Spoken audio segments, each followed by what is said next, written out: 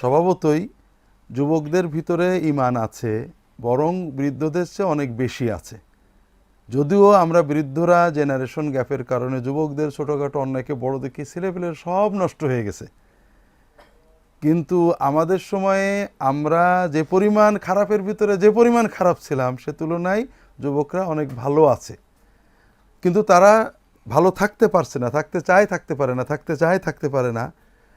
কিভাবে থাকবে, এটা হলো প্রশ্ন। বিশেষ করে ইন্টারনেট এবং মিডিয়া, স্যাটেলাইট টেলিভিশন ইত্যাদির মাধ্যমে তোমাদের ভিতরে যে বহু রকমের অশ্লীলতা এবং অশালীনতা, এগুলো সহ্য করা যুবকদের জন্য কষ্ট, পাপের পথে চলে যাওয়া সম্ভাবনা থাকে।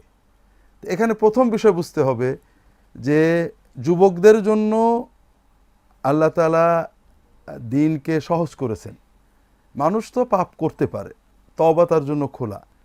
আল্লাহ রসুল সাল্লাল্লাহু আলাইহি ওয়াসাল্লাম বলছেন যে যারা জান্নাতে আরশের ছায়ায় কিয়ামতের আশ্রয় পাবে, তাদের দ্বিতীয় শ্রেণী হলো শাবুন নাশা ফি ইবাদাতি রাব্বি, যে যুবকেরা আল্লাহর ইবাদতে বড় হয়েছে। এই জন্য বৃদ্ধদের ইবাদতের চেয়ে যুবকদের ইবাদত অনেক গুরুত্বপূর্ণ। তারপরেও যুবকদের সচেতন থাকতে হবে, তাদের শক্তিও বেশি।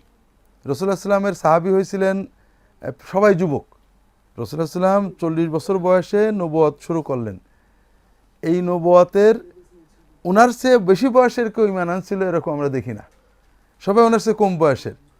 আর অধিকাংশই 12, 14, 15, 20 এর ভিতরে।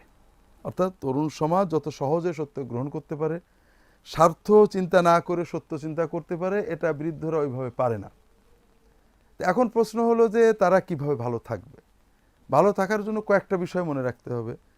প্রথমত, আল্লাহর সাথে সম্পর্কটা যে আমার পার্সোনাল করতে হবে, এটা চেষ্টা করতে হবে। সালাত সবচেয়ে গুরুত্বপূর্ণ।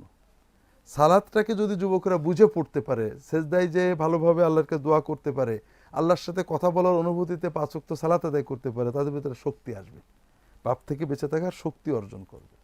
দ্বিতীয় হলো যে সহবত, যেটা বলে সাহচর্য, ভালো মানুষদের কাছে যাওয়া, যাদের কথা ঈমান উজ্জীবিত হয়, এটার দিকে খেয়াল রাখতে হবে। তৃতীয় হলো যে পাপ করে ফেললে বসিয়ে না রাখা। আমি তো পাপ করতেই থাকবো, এখন আর তওবা করে লাভ নেই, এটা চিন্তা না করে প্রত্যেকটা পাপের পরেই দ্রুত তওবা করা, যে আল্লাহ অন্যায় করেছে আর করব না। মনে নিয়ত করতে আর করব না, এটা চিন্তা করবে না, করব না বলে তো রাখতে পারবো না, কাজে এখন আর তওবা করে লাভ নেই, অত দূরে চিন্তা ধরে আল্লাহ আমি নিয়ত করছি আর করব না, এবং এই নিয়তটা দৃঢ় করতে হবে। এরপরে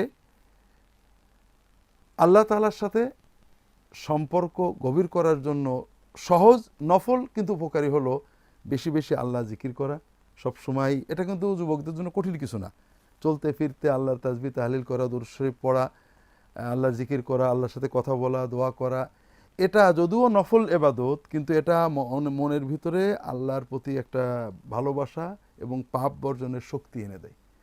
আর সবচেয়ে বড় হলো পড়া, ভালো জিনিস পড়তে হবে, কোরআন পড়তে হবে। পড়াটা কিন্তু একজনের বড় সহবত। একজন আলেমের কাছে বসে তুমি আলেমের সহবত পেলে, আর কোরআনের সাথে বসে স্বয়ং আল্লাহ তাআলার সহবত পেলে, যদি কোরআন তুমি বুঝতে চেষ্টা করো।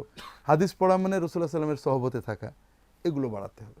এগুলো করলে আল্লাহ দিলে আল্লাহর পথে আসতে থাকবে। কিছু পাপ হবে, ভুল ভ্রান্তি হবে, সঙ্গে সঙ্গে তওবা করবে। এভাবে যুবকেরা এগোতে থাকবে।